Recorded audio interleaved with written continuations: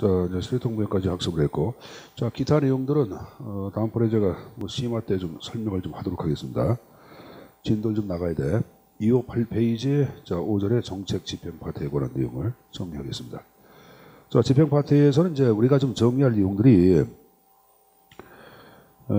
두 군데 정도가 출제해서 좀 거론됩니다. 하나가 259페이지, 그 2번에 박스 보시면은 나카무라 스무로드가 파악하고 있는 정책 집행에 유형해가지고 5가지 형태가 좀 나오고 있을 거예요. 요름하고 한 장을 넘겨보세요. 그 상단 박스에 고전과 현대 집행 간 비교한 거 있죠. 그래서 출제는 이 두 군데서 문제에서 거론되어 왔습니다. 그래서 그 형태를 중심으로 말씀을 드리도록 하겠습니다. 자, 일단 여러분들 맨 앞에 이제 정책 집행이 무엇인가 개념 정의가 나오고 있는데, 자, 우리 앞에서 이제 정책을 결정했죠. 그럼 결정된 정책 자체를 현실로 실현시켜 나가는 과정, 그걸 보통 이제 정책 집행이라고 얘기합니다. 정책의 내용을, 그 정책 수단을 얘기합니다. 우리가 정책 수단을 정책의 실질적인 내용이라고 얘기하는 거야. 그러니까 정책의 내용을 그러면 정책 수단을 얘기하는 거예요. 실현시키는 과정을 이제 정책 집행이다라고 언급을 합니다. 자, 근데 이 정책 집행 자체는 한 장을 넘겨보자. 260페이지. 상단 박스에 이제 고전과 현대의 집행관 자체를 양자 비교한 게 나와요. 그래서 이것을 이제 섞어가지고 잘못된 거 고르는 문제가 한 문제거든. 일단은 고전적 집행은 누가 강력한 힘을 행사하냐. 자, 결정자 집행자를 얘기할 때 결정자가 아주 막강하고 절대적인 힘을 행사한다고 파악합니다. 그러니까 여러분들이 질문하는 게 현재 결정자는 누구고 집행자는 누굽니까 질문하는데, 이건 상대적 관점이야. 예를 들어서 여러분들 국회를 정책 결정자로 파악하면은 행정부는 뭐가 되는 거야? 집행자가 되는 거고, 그 다음에 대통령 자체가 결정자가 되면은 장관, 차관이 뭐가 되냐? 집행자가 되는 거고, 각 부처의 장관이 결정자가 되면은 일선 관료, 국장 이런 사람들은 뭐가 된다? 집행자가 되는 거예요. 이건 이제 상대적 관점이에요. 근데 우선 쉽게 여러분들 그냥 결정자가 장관, 그리고 집행자는 실장, 국장, 일선 현장의 관리 책임자들, 이런 사람들을 집행자로 해석해서 내용을 말씀드리겠습니다. 그래서 고전의 권한은 결정자의 권한이 절대적이고, 현대를 얘기할 때 누구의 권한? 집행자의 권한이 절대적이다 이렇게 얘기합니다. 현대는 결정된 정책은 단순한 언어에 불과하고, 집행자가 현실적인 집행 과정에서 결정된 정책을 아무 때나 바꿔서 집행을 새롭게 한다고 파악해요. 두 번째, 이념을 얘기해라. 고전은 합법성이야. 법에 따라 그대로 집행되는 거야. 그럼 이 말은 집행자의 재량권이 있는 게 없는 게 없는 거지. 현대는 대응성이란 말이 나오죠. 현실에 맞게끔 대응하면서 그런 말이에요. 결정된 정책을 아무 때나 바꾸면서 집행이 이루어진다. 그래서 대응성이란 말을 쓰고 있습니다. 자, 성격을 얘기하라. 고전의 성격을 얘기할 때는 기술성. 이때 기술성은 테크닉을 얘기하는 거야. 테크닉, 기술성. 현대를 얘기할 때는 뭐가 나왔어요? 상호 적응성. 현실에 맞게끔 상호 적응하면서 결정된 정책을 아무 때나 바꿔나간다. 이 바로 상호 적응성이. 자, 고전의 집행관에서 파악한 정책 목표는 뭐냐? 구체성과 명확성을 띈다고 파악해. 그럼 목표가 구체성과 명확성을 띈다는 것은 집행 과정에서 바뀔 기원성이 거의 없다 그런 말이에요. 근데 현대는 정책 목표가 모호성과 일반성의 성격이 내포되어 있어요. 모호성을 추상성에도 상관이 없어요. 그럼 목표가 지나치게 추상성을 띠고 모호성을 띠니까 집행 과정에서 집행자가 이를 구체화시키면서 새로운 정책 목표를 만들기도 한다, 안 한다? 한다. 자, 위를 납시키는 고전적 모형을 통제, 집행은 통제의 과정, 집행자의 재량 없다 그 말이에요. 근데 이 통제 모형의 반대말이 상호작용 모형인데, 그 상호작용 화살표 놓고 적어봐. 집행자 간의 상호작용이에요. 결정자하고 집행자가 아니라 집행자 간에.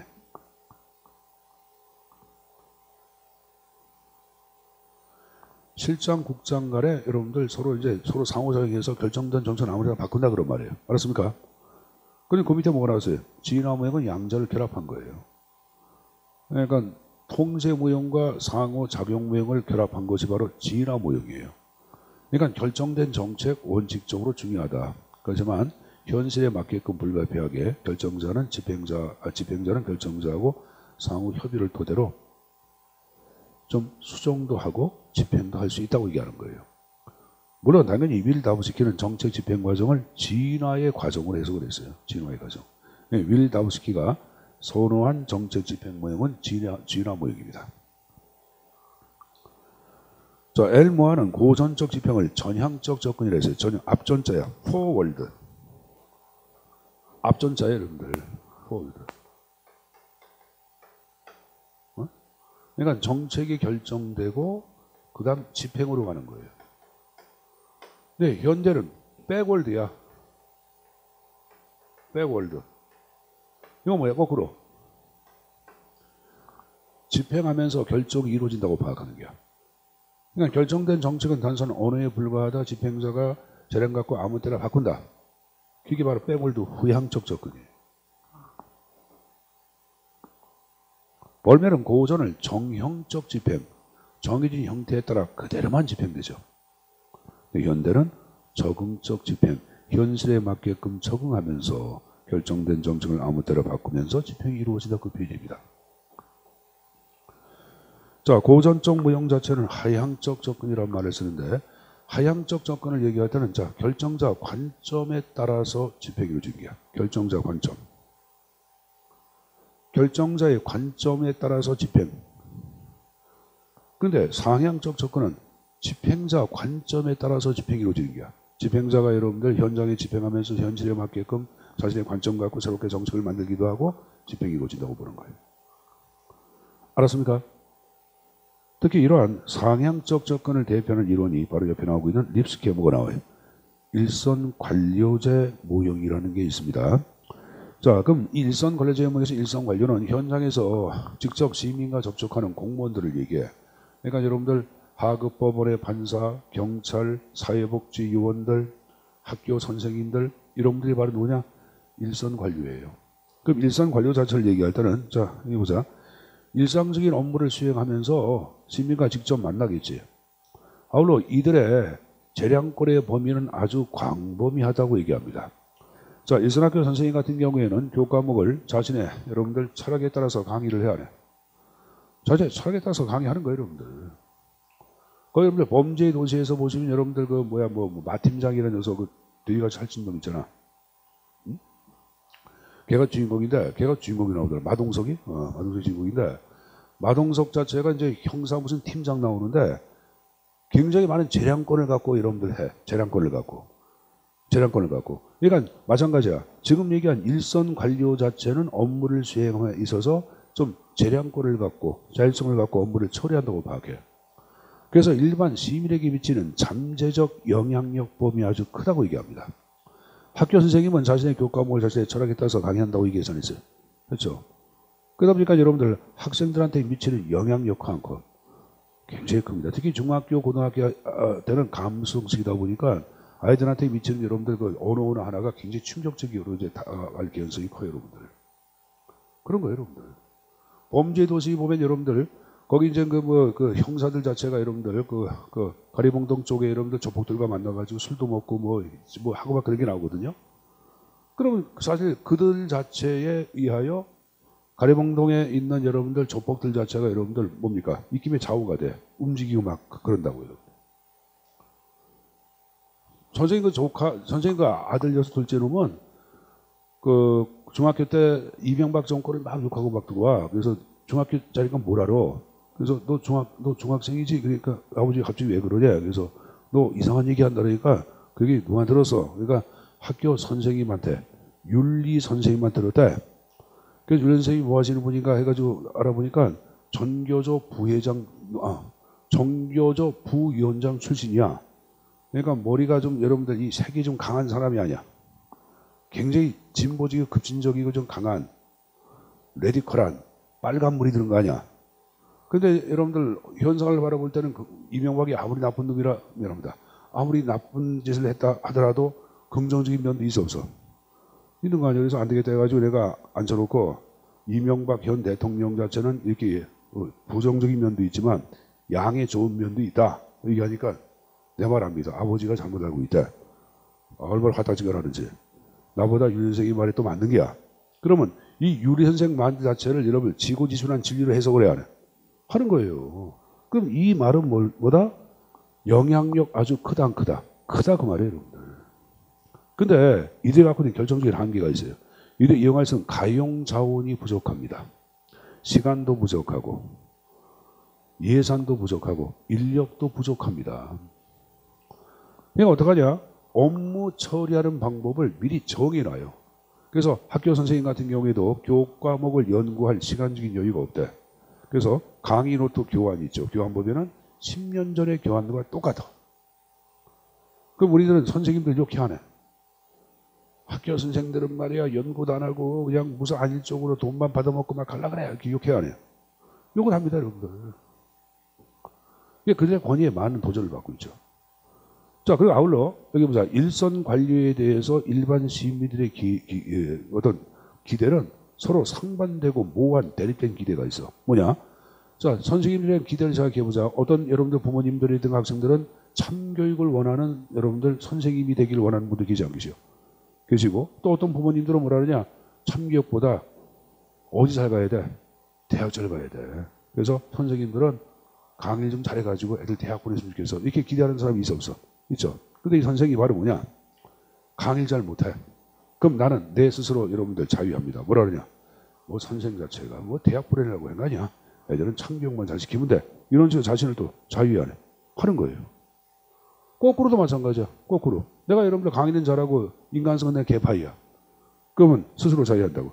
왜 애들한테 참교육이 뭐가 중요해? 강의 잘해가지고 애들 대학 보내는 게 더 중요해. 자, 여러분 교재 보겠습니다. 261페이지. 첨삭지도에 일선관리의 직무항력 특성 나온 거 봐. 1번.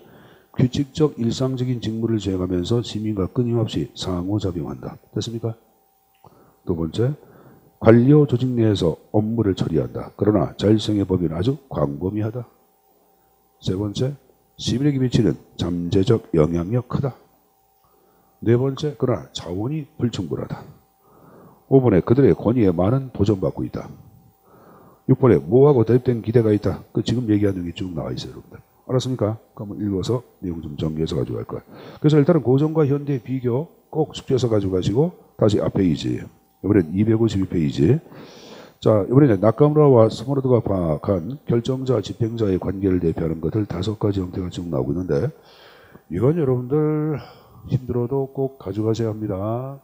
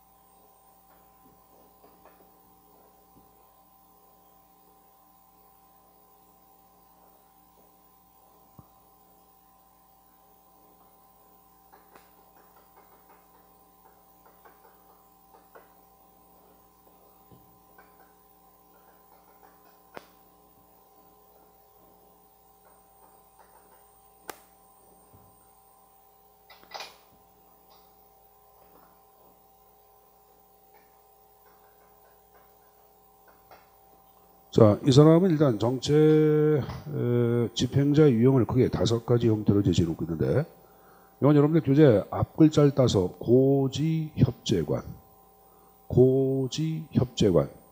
이렇게 외워야 돼. 고지협재관 고자이혁재 고지협재관 비슷하지? 이거 외우라고 여러분. 그래서 맨 앞에 뭐가 나와요? 고기, 지위, 협상, 제실, 관기.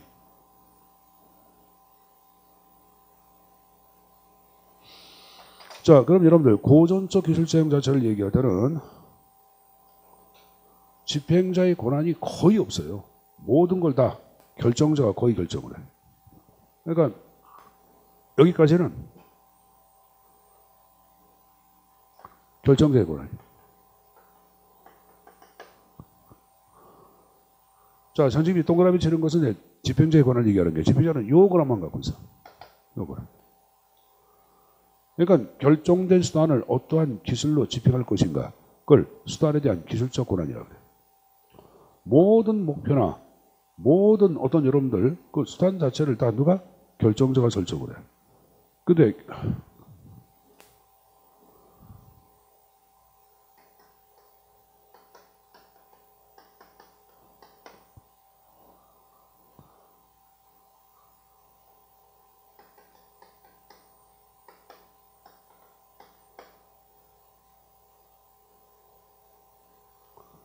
자, 여기 보자. 요거 이제 공무원 되는 거야. 이게 추상적인 목표야. 그 가운데 경찰 공무원, 구체적인 목표야. 이를 위해서 학원 간다, 인강 듣는다, 이게 뭐야? 수단이야. 어? 그리고 인강 듣는데 일주일에 몇 번을 들을 것인가? 일주일에 여러분들 월화수목금토 해가지고 매일매일 한 과목씩 들을 것인가? 아니면 여러분들 뭐 한 시간씩 다른 과목 들을 것인가? 그건 듣는 방법에 대한 기술 기법 아니야. 요것만을 갖고 있는 거야. 아버지가 결정자야. 아들이 집행자야. 아버지가 모든 걸 다 결정해. 너 막 인강 들어까지. 그럼 아들은 어떡하냐? 인강은 어떻게 들 것인가? 월화수목금토에서 매일 한 과목 듣는다. 아니야. 하루에 한 시간씩 해서 모든 과목을 듣는다. 그건 스스로 결정을 해야 하는 걸 얘기하죠. 그러니까 집행자의 권한이 거의 없는 걸 얘기합니다. 알았습니까? 자, 두 번째. 이제 여기까지는 누가? 결정자가 설정을 합니다. 근데 요걸 누가? 집행자가 갖고 있는 거라는 얘기합니다. 그럼 이거 뭐냐? 수단에 대한 행정적 권한, 그러는데 그래서 협상적 권한을 얘기하는 거야. 여기 보세요. 아버지가 이거 다 했어. 근데 요거에 대해서, 수단에 대해서는 여러분들 협상을 할 수 있는데, 여기 보자. 수단 협상할 때 아버지가 협상하는 게 아니야. 아버지 협상하는 게 아니라, 예를 들어서 아들이 둘이 있다고 가정해보자. 어? 둘 다 공무원 공부를 해. 아들, 딸이 다 공부해. 근데 아버지는 니들이 협상해서 같은 거 하라고 얘기했어. 그러면 아들, 딸이 만나가지고 우리 학원 가서 들을까? 인강 들을까? 서로 협상을 토대로 여러분들 그 방법을 결정할 수 있어요. 이게 이거예요. 알았습니까? 여러분들 장관 자체가 결정자고 실장, 국장 자체가 여러분들 집행자 그러면 실장, 국장은 많아 적어? 많잖아. 그럼 장관이 실장, 국장 앉혀놓고 니들이 수단 자체를 알아서 한번 협상해서 결정해봐. 그럼 나한테 보고해. 이렇게 하는 거야. 그래서 장관이 우리가 그래서 인강 듣기로 협상했습니다. 이런 식으로. 됐어요? 자, 그 다음에 이제 협상형 자체를 얘기할 때는 잘 봐라, 여러분들. 요거 목표. 결정자가 설정을 해. 자, 결정자. 그 다음에 요 구체적인 목표. 요거 먼저 결정자가 설정을 했어요. 근데 이거에 대해서 집행자가 동의하지 않습니다. 반대하는 게. 집행자가 동의하지 않아. 아버지가 아들 앉혀놓고 야, 너 공무원하고 공무원 가운데 경찰 공무원에 이렇게 했습니다. 아버지가 결정자야. 그러니까 아들 집행자가 아버지 공무원은 좋은데요. 저 경찰 공무원 되기 싫어요. 칼 맞기 싫어요. 어? 그런 게야. 그런 게야. 그럼 아버지 저는 그냥 일반 행정직 돼가지고 동사무소에서 근무하면서 시민들 위해서 봉사하기 더 좋아요. 그러면 이거에 대해서 누가 하고? 아버지하고 협상을 해야 하네. 하죠, 여러분들. 현재 수단은요. 수단은 협상하기도 하고 집행자 알아서 하기도 해. 이건 사실 집행자 거예요. 다 집행자 앉아서 하는 거야. 요거에 대해서 협상하는 거야. 이거는 사실 여러분들 협상도 하기도 하고 누가 한다? 집행자 하기도 하는데 집행자 한다고 봐도 상관없어. 그래서 동그라미. 요럴 때 협상하는 거야. 요거 갖고 반대하니까 협상을 해야 하네. 반대하니까 협상해야죠. 협상 세무를 한번 해야죠. 협상 세무. 됐어요? 그럼 재량적 실현과 이건 바로 뭐냐? 자, 여기까지 누가? 결정자가 하는 거야. 그 아버지가 공무원 되는 거 아들한테 맡겨요. 근데 아버지가 공무원의 유형을 몰라. 경찰 공무원이 있는지 소방 공무원이 있는지 일반직 공무원이 있는지 세무직이 있는지 잘 몰라. 지식이 부족해 아버지가. 그럼 광범위한 재량권을 누구한테? 아들한테 다 주는 거야. 아들 네가 알아서 어떤 공무원 될 것인가 네가 알아서 설정하고 네가 알아서 뭐 공부 방법 결정해서 알아서 해 이렇게 가는 거야. 그럼 나머지 이거에 대해서 누가? 집행자들이 다 설정해서 하는 건데 이게 이게야. 자 결정자가 집행자한테 야 네가 고생의 목표도 설정하고 네가 실험적으로 한번 알아서 집행해봐 이렇게 얘기합니다. 실험적으로 알아서 집행해봐. 그래서 아들 집행자는 실험가가 되는 거예요. 재량을 가진 실험가. 자 그럼 물어보자. 야 실험적으로 집행해봐 할 때는 실험은 실패도 괜찮아 괜찮지 않아? 실패는 당연히 실험할 때 실패는 무조건 여러분들 99%가 실패하냐? 실패도 괜찮다고 하냐? 그럼 아들 입장에서는 집행자 입장에서는 책임감을 느껴 못 느껴? 못 느껴요. 그래서 5가지 가운데 이 실패의 개연성이 가장 큰 것은 바로 뭐냐면은 이거야. 이거는 책임의식의 부재. 이 책임의식의 부재 때문에 실패의 개연성이 가장 큰 것 바로 뭐다? 재량적 실험가형을 얘기하는 거예요.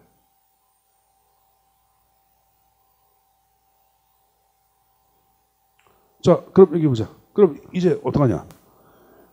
이제 관리적 기업가는 관료적 기업가를 얘기할 때는 이제 누가? 집행자가 결정 업무도 다 관장해.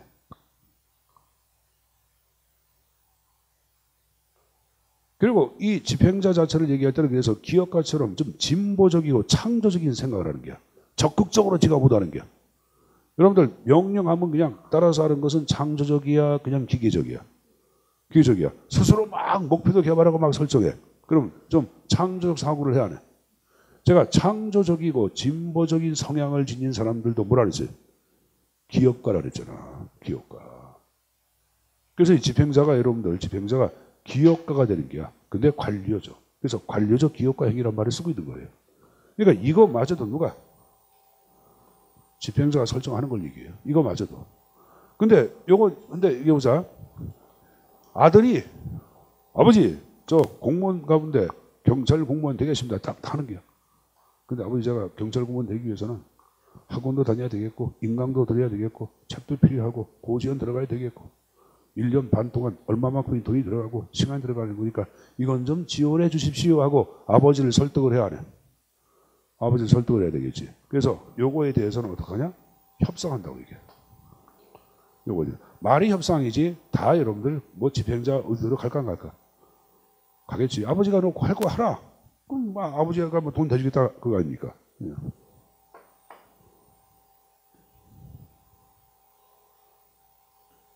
맨 밑에가 제일 부러워. 아버지가 알아서 하라고 돈도 다 대주고 이게 제일 부러워. 여러분들 부모님들한테 공무원 낼 때 학비 등록금 받는 거 좀 죄송스럽지. 눈치 배지. 그럴 나이가 됐지.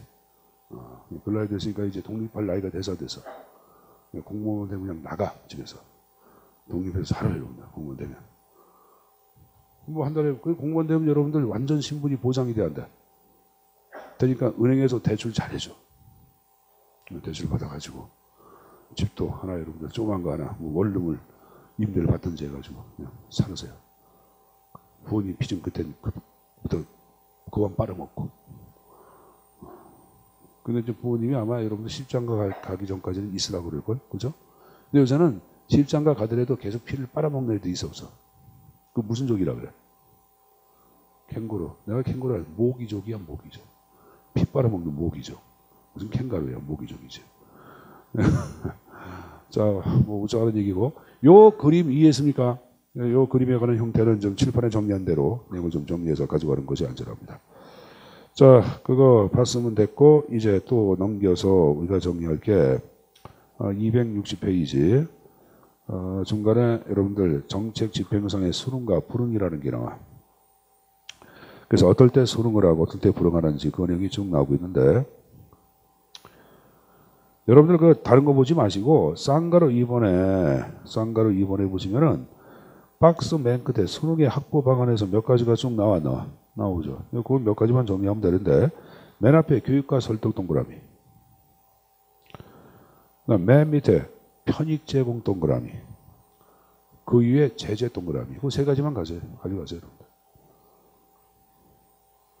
설득 나왔죠? 그리고 맨 밑에 편익을 유인이라 그래. 유인. 그리고 밑에 두 번째 제재를 강제라 그래. 유인, 설득, 강제를 여러분들 수능의 3대 확보 방안이라고 얘기합니다. 유인, 설득, 강제. 알았습니까? 그거 적어놓고 그 다음 밑에 하나만 더 적어봐. 하나만 더.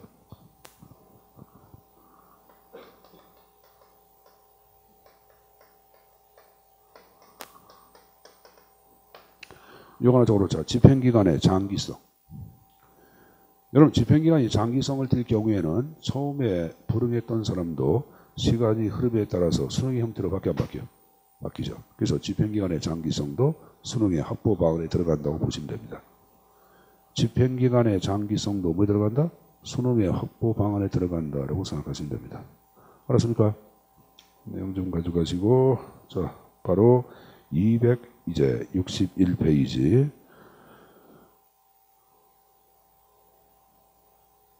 맨 밑에 정책 변동이라고 있어요.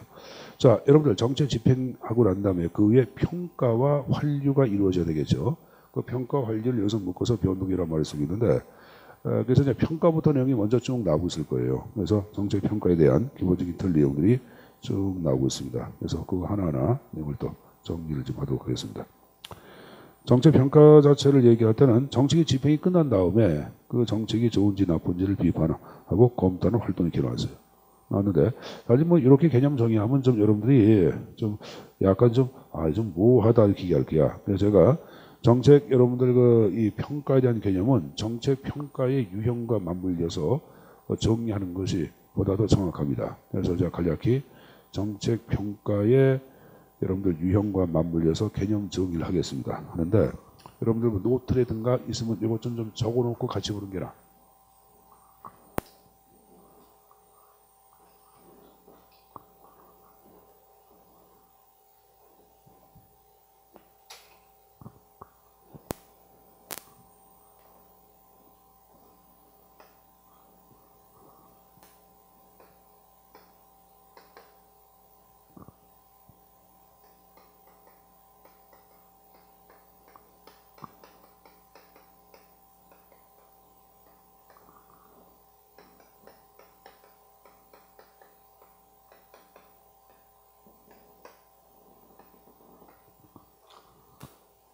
자, 질판에 여러분 정책평가 자체를 위해서는 이제 정책의 흐름 과정을 좀 정해놓고 있는데 눈앞에 결정, 그 다음에 집행, 그 다음에 사후 분석이 있는데 요 집행 위에 사후 분석 요것이 일반적 의미의 정책평가입니다. 우리가 정책평가 얘기할 때는 끝난 다음에 사후 분석 이게 일반적인 정책평가예요. 이해했죠? 쉽잖아요, 이거. 근데 이 형태는 다시 두 가지 유형으로 나눠서 이게 평가 대상에 따라 하나는 총괄평가라는 게 있고 또 하나 과정평가의 형태로 나눠집니다.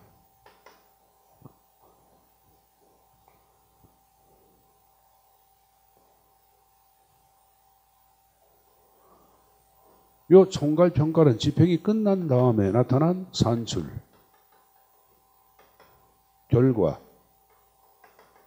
영향을 평가하는 것을 총괄평가라고 얘기하고 이런 걸 일명 우리 뭐라냐? 목표 모형이라고 그래요. 무슨 모형?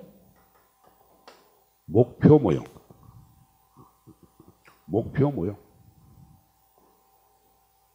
그리고 이걸 다 묶어서 얘기하는 게 바로 뭐냐? 효과성. 그 효과성 평가라 그래요. 여러분 산출 자체를 얘기할 때는 가장 단기간 등장시킨 효과를 얘기합니다. 자, 국토교통부에서 댐을 건설해서 그럼 건설된 댐 이게 바로 산출이에요. 건설된 댐에서 농업용수 공급 이게 바로 결과예요. 이것의 한 국가의 농업의 생산량 증가를 가져왔다. 이게 영향이야. 그러니까 영향으로 갈수록 장기적 효과를 얘기합니다. 그래서 이걸 뭐 효과성 평가라고 얘기하는 거야. 산출 평가를. 효과성 평가는 뭐야? 효과성은 목표 달성도 아니야. 그래서 이것을 목표에 비추어서 나타난 산출 결과 영향을 평가한다. 이런 걸 목표 모형이라고 그래요. 무슨 모형? 목표 모형.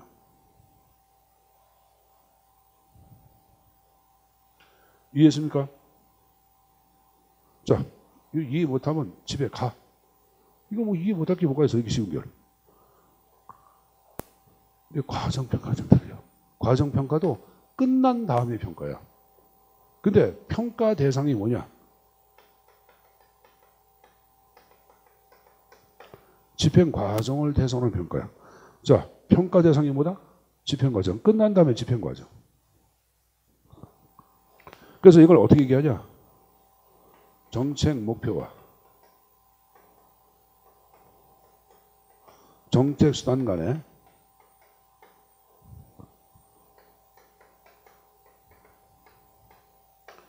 인과 경로를 검증하고 확인하는 것.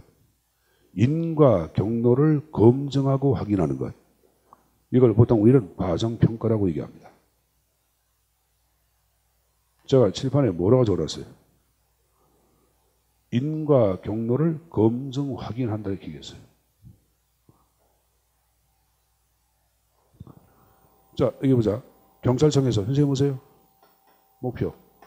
교통사고율 10% 감소. 수단. 주행 중에 핸즈프리 사용의 의무화. 그러면 이 목표 수단 간의 인과 경로 이게 과정 아니야? 이걸 검증하면은 이런 경우가 있을 거야. 핸즈프리 사용을 의무화했음에도 불구하고 교통사고율 10% 감소가 안 된 경우도 있어 없어? 있죠. 그럼 인과 경로를 검증하면 다른 요인을 발견할 수가 있어 없어? 있는 거예요. 이게 지금 얘기한 과정평가예요. 그래서 이런 건 보통 일반적으로 그래서 총괄평가의 보완적 수단으로서 활용되는 것. 지금 얘기한 과정평가예요. 이걸 일명 우리 뭐라냐? 협의의 과정평가라고 얘기합니다. 그런다? 협의의 과정평가.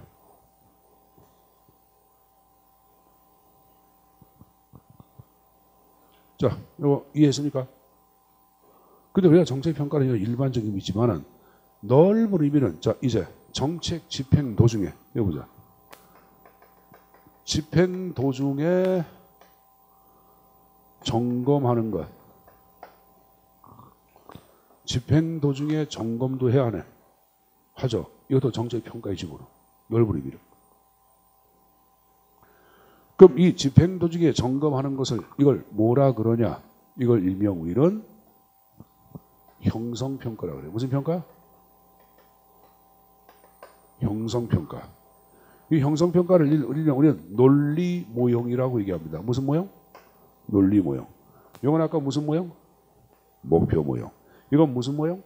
논리 모형. 뭐 올해인가 한번 시험 문제 나왔었지? 올해. 논리 모형, 목표 모형. 올해 나왔던 거예요. 여기 보세요. 그럼 이 지금 얘기한 도중의 평가를 거기서 뭐라 하느냐? 이것을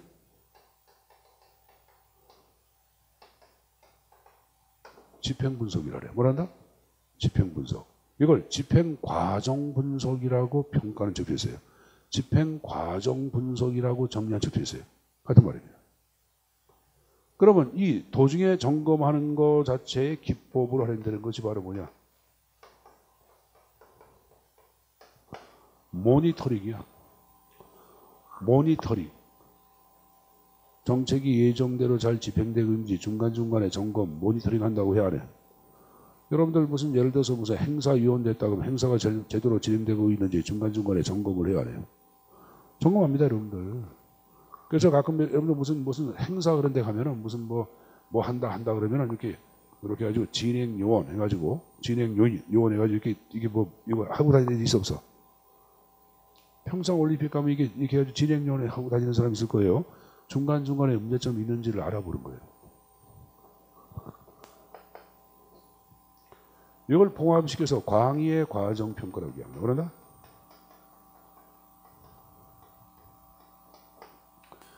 협의는 이것만 얘기하는 거고. 협의는. 이걸 포함시키면 광의.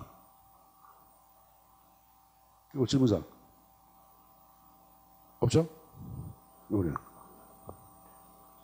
정책 결정 중에 이루어지는 또 이런 평가가 있어요.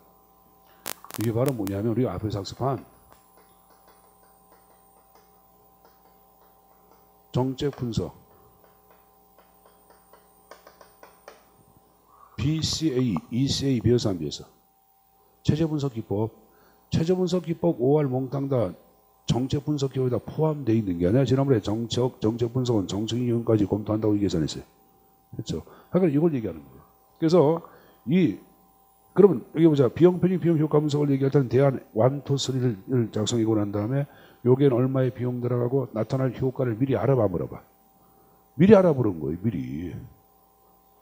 대안을 선택하기에 앞서 미리 알아보는 거예요. 그래서 이걸 뭐라 하냐? 사전적 영향평가라고 얘기합니다. 무슨 평가? 영향평가. 사전적 영향평가.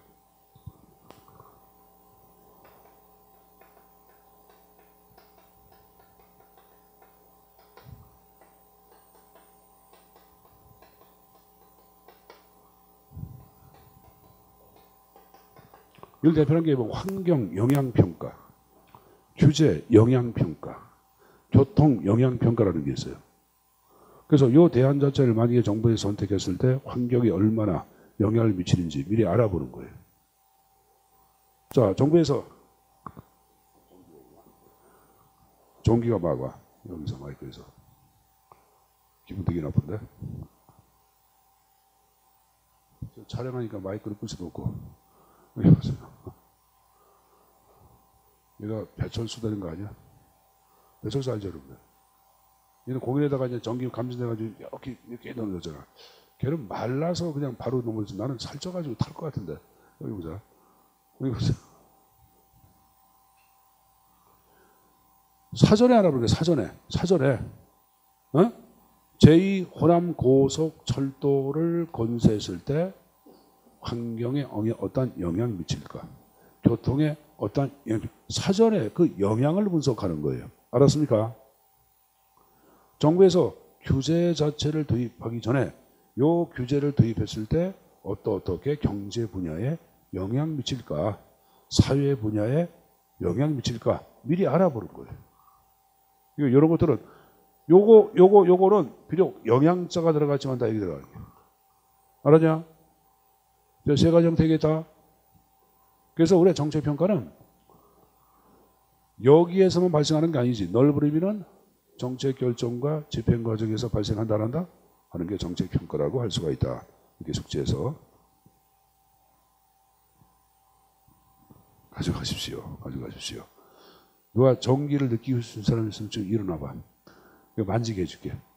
자, 여러분들 그래서 일단은 제가 정책평가에 대한 기본적인 개념하고 여러분들 유형까지 얘기했고, 그 다음에 이제 262페이지에 보시면 그 중간에 정책평가의 기준에서 나카무라와 스무르드가 파악한 5가지 형태가 쭉 나왔죠.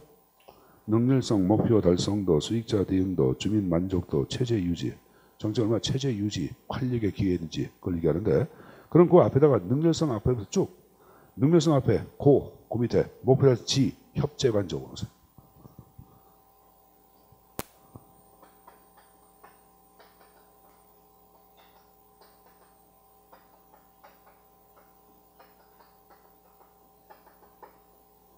능률성, 목표 달성도, 주민 만족도, 수익자 대응도, 사회 체제 유지 이렇게 됩니다. 각각을 평가하기 위한 기준이야. 요것만 이렇게 돼. 그러니까 능률성과 목표 달성도만 고전적 기술자 형하고 지적 유의명을 동시에 다 평가하는 기준이야. 이것만 대각선 2개 다 연결되는 거고, 다른 건 다 협상형 옆에 주민 만족도, 재량적 실현과 옆에 수익자의 대응도, 맨 밑에 관리적 기여가형 사회 체제 유지 기여도. 체제 유지, 사회 체제 유지가 다 같은 말이에요, 여러분들. 알았습니까? 그래서 요거를 여기 보자. 요걸 순서를 바꿔도 상관없지. 요거 위로 가고 여기 아래가 상관이 없지. 왜 상관없는지 알죠? 둘 다 되면 되니까. 제가 지난번에 여러분들 이 교재 외로 요거 수업 받기 전에는 선생님이 했던 게 목농주 수사라고 외웠어, 안 외웠어? 그냥 외워라. 외우세요. 외우세요. 자, 그건 여러분한테 맡기겠습니다. 맡기겠고. 자, 그런데 우리가 정책평가에서 이제 또 하나 좀 가져갈 게 263페이지 보시면은 OX 퀴즈에 보시면은 날개 평가성 사정이란 말이 나오고 있을 거예요. 이것도 가져가야 되는데 평가성 사정은 특정 정책의 본격적인 평가하기 전에 정책의 평가 분석 기법과 그 다음에 각종 목표, 전제 등을 명료하게 하는 밑줄 예비 평가 일종이에요. 그러니까 정책 평가를 본격적으로 하기에 앞서 이루어지는 예비 평가야. 리허설이야, 리허설. 연극을 무대에 상영하기에 앞서 리허설 해야 하네요. 하죠. 요새 MBC에서 복면가왕 계속 하죠. 복면가왕이라고 하는 프로그램 있잖아. 그거 계속 봐요, 여러분들? MBC에서 하는 거. 나는 가수다, 그건 봤어요? 그럼 그런 거 하기 전에 여러분들 리허설 해야 하네요. 하잖아. 마찬가지로 지금 얘기한 식으로 평가성 사정도 정책 평가를 하기에 앞서 이루어진 리허설이에요. 이 평가. 그걸 평가성 사정이라고 얘기하는 거예요. 알았습니까? 그럼 리허설 해가지고 사전에 문제점을 파악하고 미리 예방할 수 있어 없어? 그렇죠? 그래서 하는 거예요. 평가성 사정. 자, 그렇게 좀 내용 좀 정리해서 가져가십시오. 자, 근데 요거 말고 이제 우리가 또 하나 정리할 게 있는데 거기다가 아예 오해시키지 밑에다가 하나 적어놓자. 메타평가라고 적어놔. 메타평가. 요 벽에다가 메타평가. 메타평가 가려놓고 평가종합. 평가종합. 평가종합. 그리고 점점. 평가에 대한 재평가.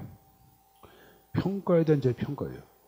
평가 끝나고 난 다음에 평가에 대한 신뢰성 자체가 좀 의문스러워. 그래서 다시 한번 평가라는 걸 얘기해요. 그 평가가 제대로 평가됐는지 그걸 다시 한번 평가하는 걸 얘기해요, 여러분들. 알았습니까? 현실 보자. 중간고사 끝나고 난 다음에 경우에 따라 담당 교수가 채점하는 게 아니라 밑에는 조교한테 채점 맡긴 경우가 있어. 연구조교한테. 연구조교가 채점을 해. 담당 교수가 좀 채점한 연구자 채점한 거에 대해서 완벽한 신뢰가 안 가. 안 가니까 다시 한번 이렇게 검토하는 것들. 마찬가지로 정책 평가 끝나고 난 다음에 다시 한번 평가하는 것을 우리는 메타평가, 평가 종합이라고 얘기하는 거예요. 알았습니까? 평가 종합, 평가 종합. 자, 그리고 거기다가 EX어나 EX, 예. 중앙행정기관의 자체 평가에 대한 재평가. 중앙행정기관의 자체 평가에 대한 재평가라는 게 있어요. 중앙행정기관의 자체 평가에 대한 재평가. 이것이 우리가 얘기하는 뭘 대표한다? 그리고 재평가하는데 누가 하냐? 거기다 국무총리실 넣어놓으세요. 국무총리실 가로 닫고. 그 재평가를 국무총리실에서 하는 게야. 알았습니까? 중앙행정기관이 스스로 평가한 것을 자체평가라 그래.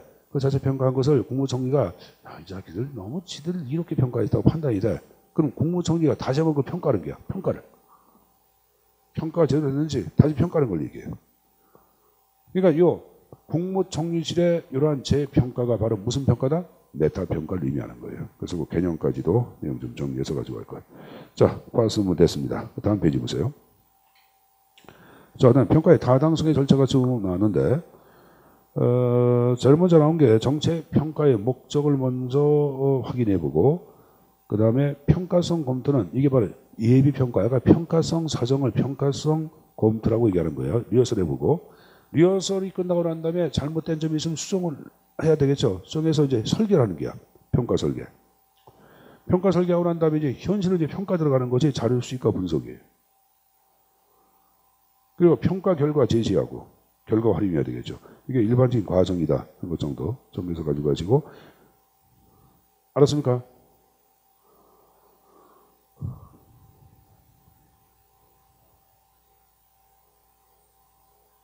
그럼 평가 절차를 묻는 게 뭐 어쩌다가도 나올 수는 있습니다. 그러니까 좀 내용을 좀 정리해서 가져가시오.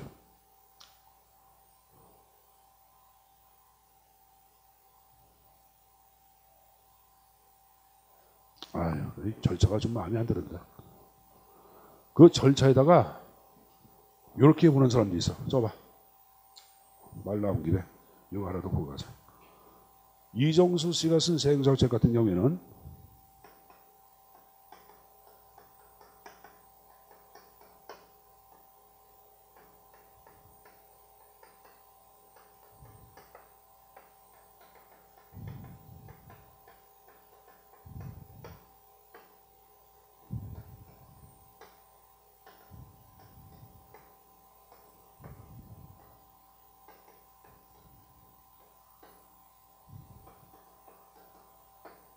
자, 이거 보세요, 여러분들.